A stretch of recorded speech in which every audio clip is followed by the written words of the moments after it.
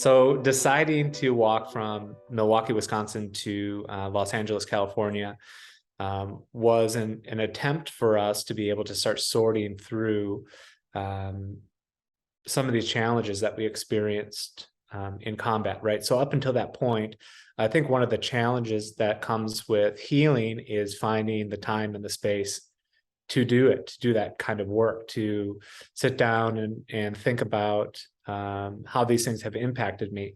And I understood that I was so busy and I was so spread so thin between working a full-time job, going to school, social life, drinking, all these different things. I had no time to process my experience, right? So I basically got out of the military and then just jumped right back into life, both feet, and tried to manage it the best of my ability without knowing really what I was doing, right?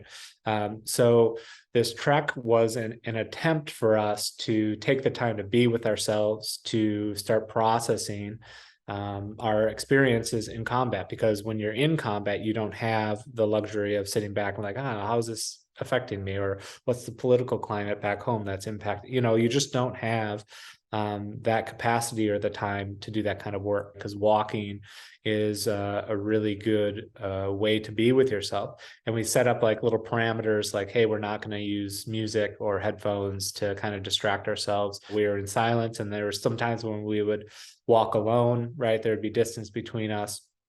So this really helped us to start the process of healing, right? Is starting to acknowledge that, there are things that I don't understand that are impacting my life that I need to figure out, right? Because what's going on right now in my life isn't where I want to be. So the trek was a way that we were able to start that process. So processing the death of my platoon sergeant, processing the death of one of our squad leaders, processing how I impacted, different situations and things that I can control, things that I couldn't control.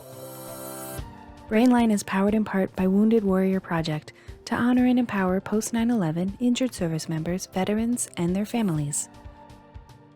For more information about PTSD, please visit brainline.org. BrainLine is a service of WETA, Washington, D.C.